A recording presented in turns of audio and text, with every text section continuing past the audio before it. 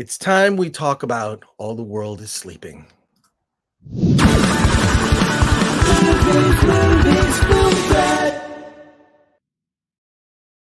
Welcome to the Film Strap Podcast. I am Chris Gore. I am happy to talk to you today about a new independent film that is out. All the World is Sleeping. The writer-director is here, Ryan Lacen.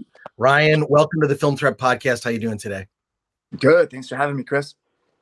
This movie is really powerful, and it's also I'm fortunate that I have not struggled with addiction, but the way that it's portrayed in this film is harrowing.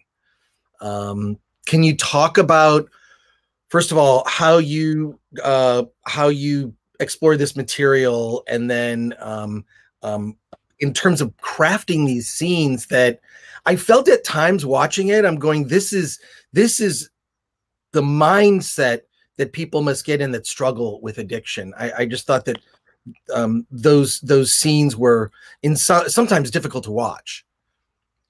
Yeah, I think our goal with this film too is there's so many movies that kind of tackle substance abuse. So we wanted to make a film that felt different and unique. So All the World Sleeping tackles it, but within this kind of cerebral, chaotic, messy, but still beautiful and hopeful sense.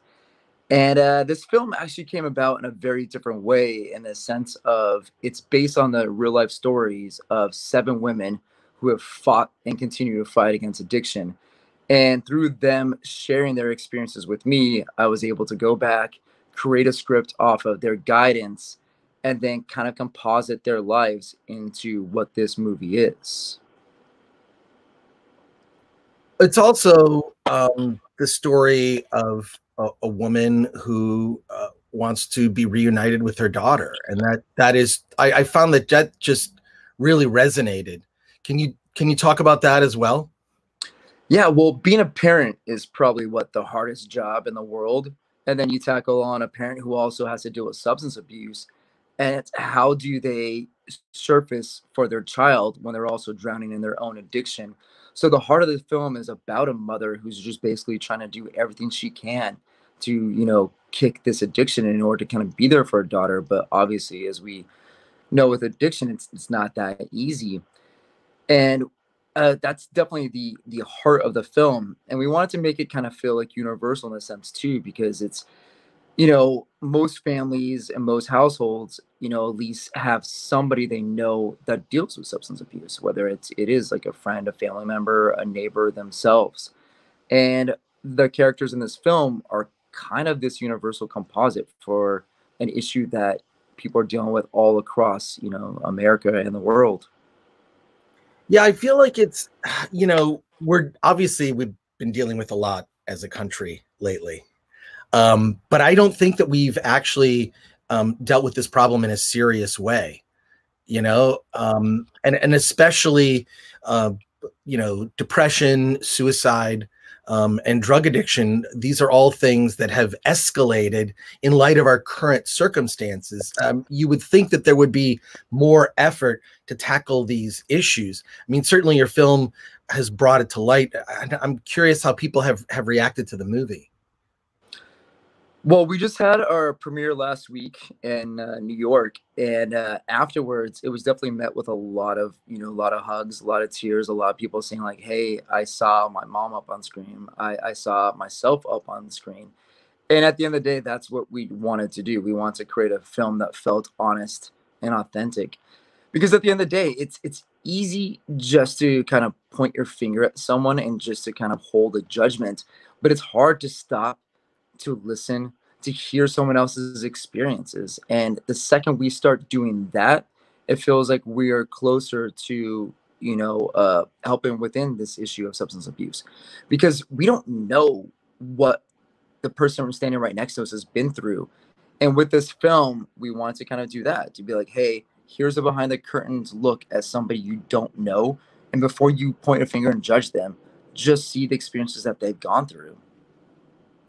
Yeah, I found it just felt so authentic, and that's I think the thing that drives it home. Putting together this cast too, right? Like, how did you go about that? I mean, it was a really, really amazing cast. And I felt that the approach was this, almost in some cases felt like, like a fly on the wall, like approach, almost like documentary. So like it just made it much more impactful. Yeah, our goal was definitely to kind of put the audience right there as if they are, this fly on the wall, that they're experiencing everything with like our main character, Chama. But casting, I mean, casting for any movie is already such a challenging thing to do. But trying to cast a movie that also represents the real life people that this movie's based on creates an even bigger obstacle because, I mean, for myself, I had the responsibility of finding this cast that could, authentically bring the honesty and the realism to the people that inspire this film.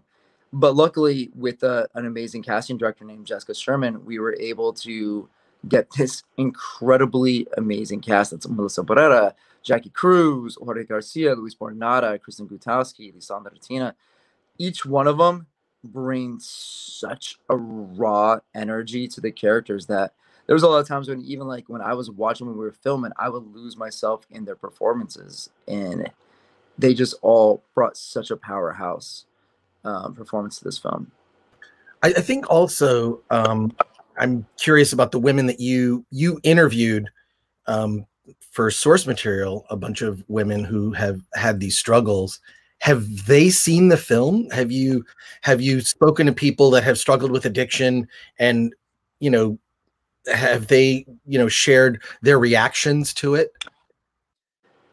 Yeah, so they were there basically through the creation of the script. They were there on set to help guide them. They worked with both Melissa, with Jackie, with the other actresses in the film, just to make sure that every aspect of it felt real and authentic to them. And then when the movie was done, we showed them the first assembly of the film, got their notes, made sure everything felt, that it was representing their voice in the right way. And then since then, we actually had a screening for them about a month ago, which was just a private screening for myself, Bold Futures, which is the nonprofit that helped to kind of put this whole thing together, and the 7 women who inspired it. And afterwards, it was one of those screens where nobody says anything for the first like 10 minutes, and you're not sure is this a good silence or a bad silence. And then afterwards, each one of them were able to just kind of say how important it was for them to be able to elevate their voice in this way. And also, too, it's when we first sat down to talk, they never fully imagined that this could become a reality. I mean, even for myself too, it's hard to think that like, okay, we're gonna go off and make a movie based off of these conversations, and to finally kind of see it up on the big screen and hear their words and their experiences and to see it reflected was such a heartwarming, amazing experience. And yeah, they all love the film, and they're excited to be able to kind of get it out there and share with the world. On a lighter note, can you talk about the score a little bit? I thought that the music was really, really effective, and in some places added some levity and also some intensity. Yeah, we wanted the score to basically be, I mean, I guess any good score, it feels like another character in the movie. And our composer, Emily Green, when she came onto the project, she watched the film and we sat down and we chatted about how we didn't want this to be like a typical score. We didn't want this to just basically like, okay, it's an intense moment. Let's bring the intensity of the music. We wanted everything to kind of feel different and unique and organic, and as if it was part of Chama's head or her mind. So therefore, you feel the anxiety in the music. You feel the uncertainty. You feel the music at times is kind of fighting with each other, which is what's going on in the protagonist's mind at times too. It's like she has this constant confliction and struggle that she's dealing with, and the music was embodying that same type of struggle. Well, to me, I feel like a director succeeds when you capture tone, and I feel like you really did an incredible job with that in the film. I mean, and I'm also, I don't want to give anything away, but I do feel that the journey I feel like it's worth coming through that other end, right? Like it's hopeful. So I don't want to. I feel that the fact that you showed some of the most horrifying and ugly aspects of addiction, and additionally, a distraught parent, like, and then being through that journey and then having survived is just it's just really incredible. The one actor, I do want to ask about the one actor who played, he played Hurley on Lost. And why do I not remember his name? He's so great. Jorge Garcia. Oh, Jorge Garcia. Okay. He's fantastic. I mean, and it was good to just see him play a different type of character, right? Like I thought he was fantastic. So, what was it like to work with him? I mean, he seems like he would just be a really cool dude. Yeah, Jorge is definitely an amazing actor, but he's also such a kind, sweet person that when he came onto this project, he just brought everything with it too. And I think since Lost was such this huge juggernaut that, people just gravitate to the show and they gravitate to his character, that a lot of times people just think of him as Hurley. And with this film, we and Jorge too wanted to show like a different side of him, to show like that he does have these deep dramatic chops. And yeah, when he came on, it was kind of his goal to be like, okay, I want to bring a real authentic voice to his character, which is Nick. He's one of the counselors in the film that helps out our protagonist, played by Melissa Pereira. And yeah, he brought such an earnest, this earnest, real rawness to his character. And not just that, I mean, he also has a moment as a character. I mean, he could have just been a side character and really not been, so important, but he has a really important moment in the film where he is just very vulnerable. And I thought that was really fantastic. Ryan, where can people find out about the film?